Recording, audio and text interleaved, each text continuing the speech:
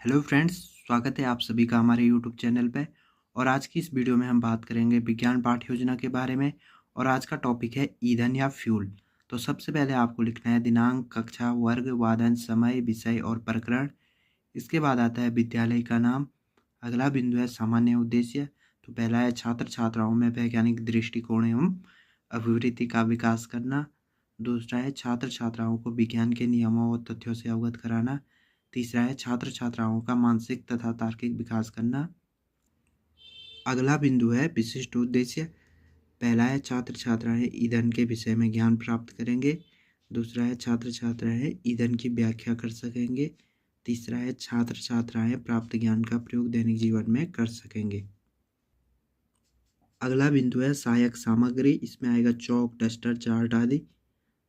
इसके बाद अगला बिंदु है पूर्व ज्ञान। तो छात्र छात्राएं ईंधन के विषय में सामान्य जानकारी रखते हैं। इसके बाद अगला बिंदु आता है प्रस्तावना प्रश्न। इसके लिए आपको पेज को दो भागों में बांटना है। एक तरफ लिखना है छात्र अध्यापक क्रिया, दूसरी तरफ छात्र प्रतिक्रिया। तो पहला प्रश्न है हमारे शरीर को ऊर्जा कहाँ से मिलती है। तो उत्तर है हमारे शरीर को ऊर्जा भोजन से मिलती है।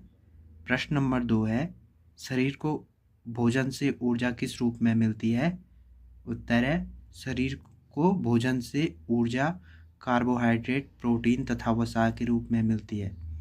प्रश्न नंबर 3 है भोजन पकाने के लिए हम किसका प्रयोग करते हैं। उत्तर है भोजन पकाने के लिए हम ईंधन का प्रयोग करते हैं। प्रश्न नंबर 4 है ईंधन किसे कहते हैं। ये हमारा समस्यात्मक प्रश्न है। इसके बाद अगला बिंदु आता है उद्देश्य कथन। आज हम विज्ञान विषय के अंतर्गत ईंधन का अध्ययन करेंगे।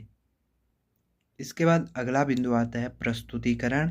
इसके लिए आपको पेज को 7 कॉलम में बांटना है। पहले में लिखना है क्रम संख्या, दूसरे में शिक्षण बिंदु, तीसरे में अपेक्षित व्यवहार परिवर्तन, चौथे में शिक्षण अधिगम परिस्थितियाँ। इसको दो भागों में बांटना है। एक तरफ छात्र अध्यापक क्रिया, दूसरी तरफ छात्र प्रतिक्रिया लिखना है। इसके बाद वाले कॉलम में शिक्षण विधि और आखिरी कॉलम में मूल्यांकन। तो पहला शिक्षण बिंदु है ईंधन। अपेक्षित व्यवहार परिवर्तन में आएगा छात्र पूर्व ज्ञान का प्रत्यय स्मरण कर सकेंगे। इसके बाद आता है विकासात्मक प्रश्न। पहला प्रश्न है पेट्रोल क्या है। उत्तर है पेट्रोल एक ईंधन है। प्रश्न नंबर 2 है ईंधन क्या होते हैं। उत्तर अस्पष्ट उत्तर देता है बच्चा। यहाँ शिक्षण विधि प्रश्नोत्तर विधि आएगी। इसके बाद आता है छात्र अध्यापक कथन। घरेलू तथा औद्योगिक उपयोगों से संबंधित ऊष्मीय ऊर्जा के प्रमुख स्रोत ईंधन कहलाते हैं, जैसे लकड़ी, कोयला, पेट्रोल आदि। अच्छा ईंधन वह है जो सहज उपलब्ध हो, वायु में सुगमता से जलता हो या अधिक मात्रा में ऊष्मा उत्पन्न करता हो और जलने के पश्चात कोई अवांछनीय पदार्थ ना छोड़ता हो। अपेक्षित व्यवहार परिवर्तन में आएगा छात्र नवीन ज्ञान प्राप्त करेंगे। छात्र प्रतिक्रिया में आएगा छात्र छात्राएं ध्यानपूर्वक सुनेंगे व समझेंगे। इसके बाद आता है मूल्यांकन प्रश्न। तो पहला प्रश्न है अच्छे ईंधन की विशेषताएं बताइए।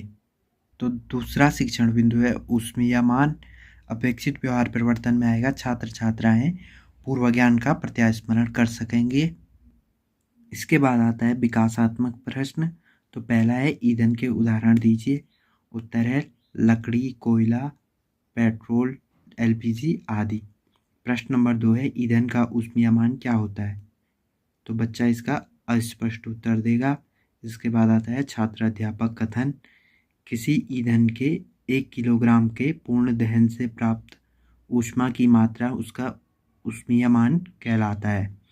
ऊष्मीयमान किलोजूल प्रति किलोग्राम में मापा जाता है। छात्र प्रतिक्रिया में आएगा छात्र ध्यानपूर्वक सुनेंगे व समझेंगे। शिक्षण विधि में आएगा स्पष्टीकरण विधि। और मूल्यांकन प्रश्न में पहला प्रश्न है ऊष्मीयमान किसे कहते हैं।